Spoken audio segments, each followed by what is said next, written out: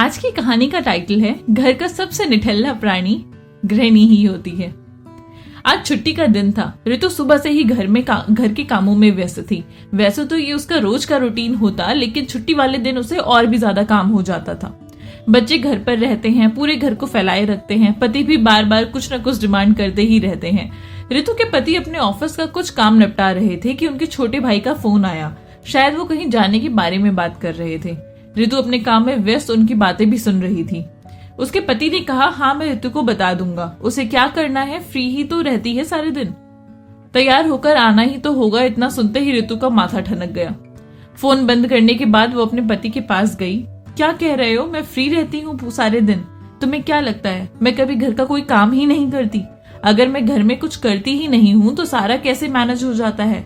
ऋतु के पति ने कहा, मैंने ऐसा तो कुछ नहीं कहा। ऐसा कुछ नहीं कहा तो कहना तो यही चाह रहे थे ना आप। आपको आपके घर को सबको संभालती हूँ, उसके बावजूद शिकायतें आपकी खत्म ही नहीं होती। आप लोग अपने काम को अच्छी तरह कर सको इसलिए मैं सारा दिन घर में व्यस्त रहती हूँ, और आप कहते हैं मैं कुछ करती ही नहीं। उसके पति ने कहा कि तुम तो बात को कहीं से कहीं लेकर जा रही हो। करती हो क्या हो? सारे दिन घर में तो पड़ी रहती हो। ऋतु को अपने पति से ऐसी बातें कई बार सुनने को मिल जाती थी, लेकिन आज इतनी ज्यादा बात बढ़ जाएगी कि उसे नहीं पता था। ऋतु ने भी सोच लिया था कि आखिर आज सबक सिखाकर ही रहेगी।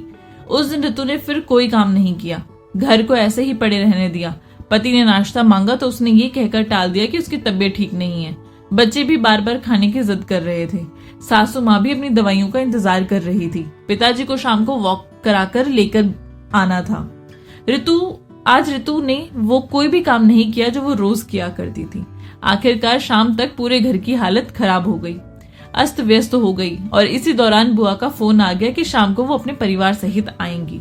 अब तो सारे परिवार के हाथ पैर फूल गए। आखिरकार ऋतु ने जो एक अनकही हड़ताल कर रखी थी घर में, आखिर में शाम को सासू माँ को बीच में बोलना पड़ा और उन्होंने कहा कि ऐसा सभी पुरुष करते हैं, स्त्री के काम की कोई वैल्यू ही नहीं करते, क्योंकि वो जो घर का काम करती है उस काम के उसे पैसे नहीं दिए जाते।